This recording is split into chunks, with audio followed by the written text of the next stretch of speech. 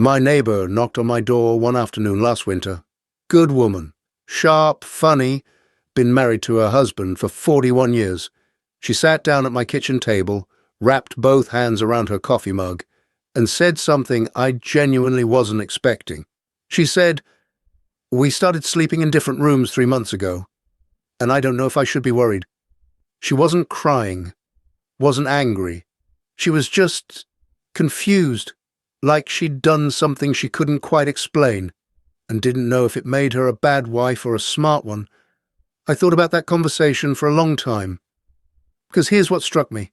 She'd spent 41 years sharing a bed with someone she loved deeply, and then, one night, because of snoring, because of back pain, because of all the invisible ways your body just changes after 65, they quietly moved into separate rooms, and instead of feeling relieved, she felt ashamed.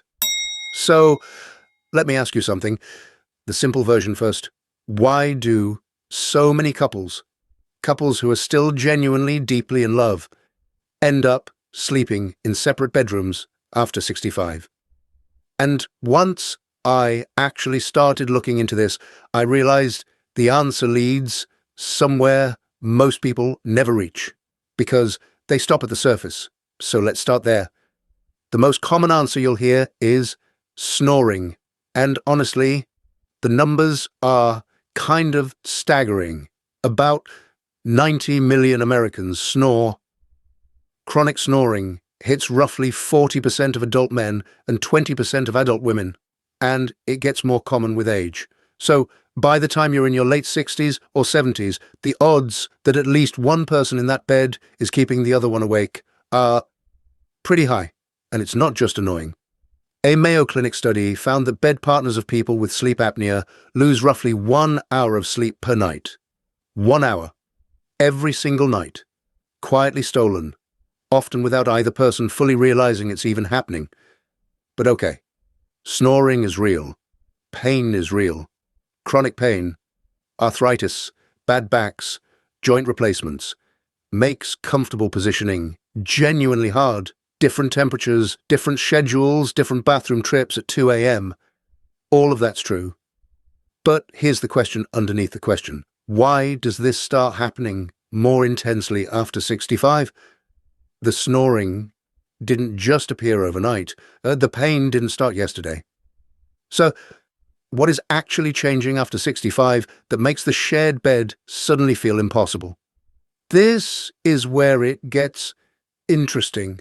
Sleep changes with age, and not in our favor. After 60, it becomes lighter, more fragmented, less restorative. The deep sleep we used to cycle through naturally, the kind that repaired your body and consolidated your memory, your aging nervous system is just producing less of it, and what you're getting in its place is lighter, more easily broken, more easily stolen by someone shifting next to you in the night. When sleep is measured objectively, people actually sleep worse with a partner. And if you sleep with someone who snores, you can blame them for up to 50% of your sleep disruptions. Here's what most people get completely wrong, though. They assume the problem is the other person, that if they could just get their partner to stop snoring or stop moving, everything would be fine. But the real problem is what's happening inside your own aging body. Your sleep has become fragile, and it was never built to survive years of disruption without consequences. Real consequences.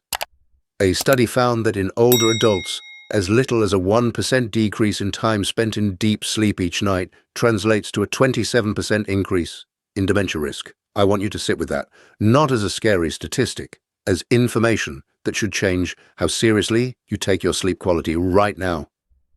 The brain's waste clearance system runs mainly during deep sleep, so age-related sleep loss becomes a real potential driver of cognitive decline, and it doesn't stop there. Poor sleep is linked to heart disease, kidney disease, high blood pressure, diabetes, stroke, obesity, depression.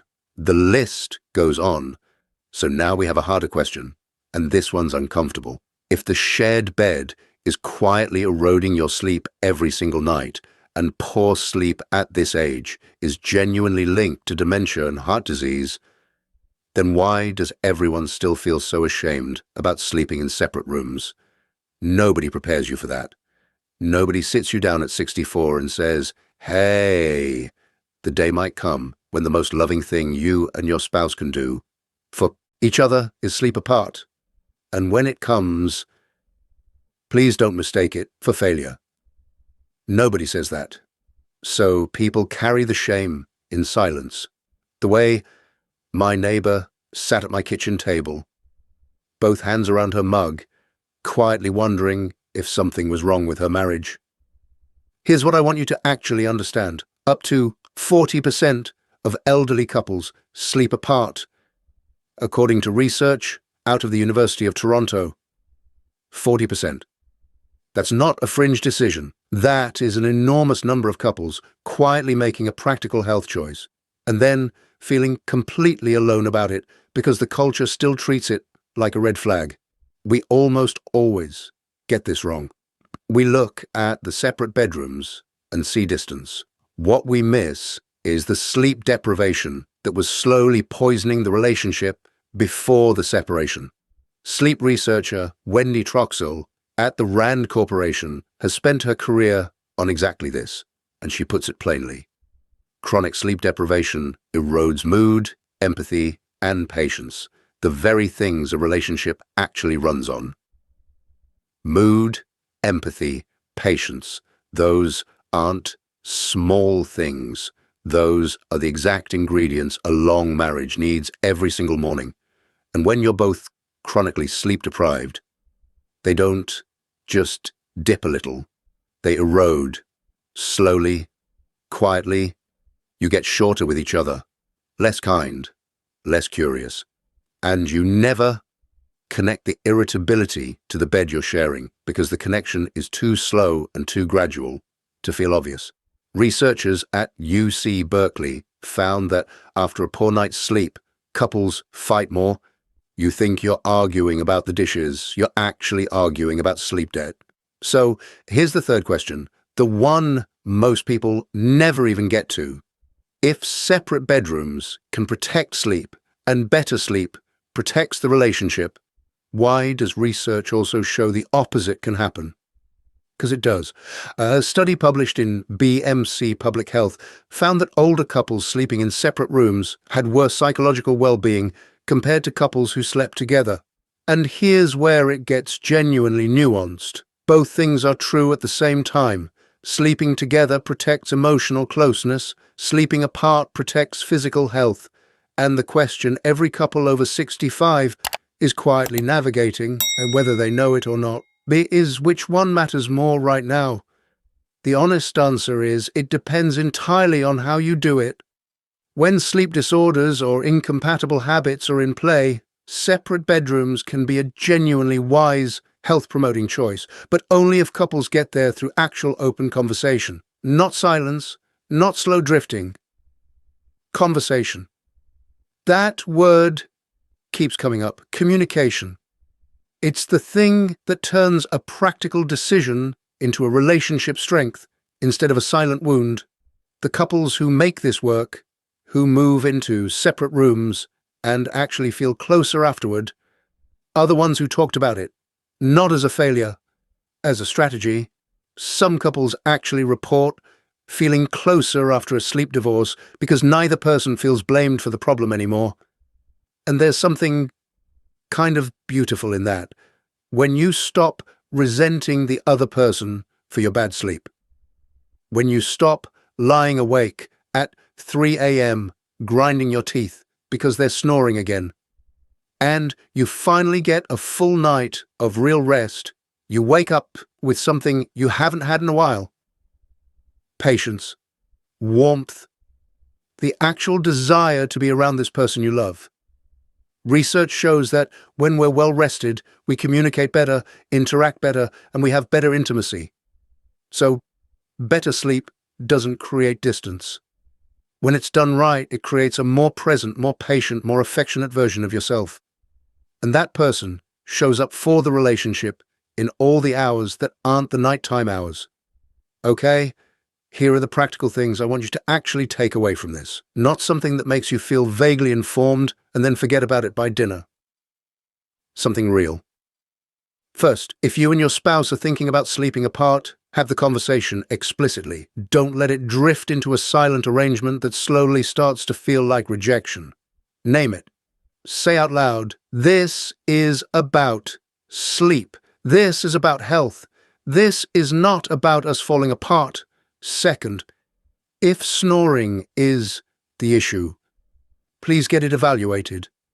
Loud, chronic snoring can mean obstructive sleep apnea, a serious condition where breathing literally stops and starts during sleep. That's a medical issue, not just an annoyance. Separate bedrooms might help the person being kept awake. They don't help the person whose breathing is stopping in the night. Third, keep your other moments of connection intentional. Spend time together in the morning. Sit together in the evenings. Don't let separate rooms slowly migrate into separate lives. The bed was never where the relationship actually lived anyway. It was always in the small, ordinary moments of the day. Protect those. And fourth, this is the one I want you to carry out of here. Stop measuring your relationship's health by where you sleep. Measure it by how you treat each other in the waking hours. The couple that sleeps apart and wakes up gentle with each other, curious about each other, kind. That couple is doing something right. And the couple sharing a bed but lying awake, resenting the person next to them, dragging through days on broken sleep, snapping at each other over nothing. They've got a real problem. And it has nothing to do with the size of their bedroom.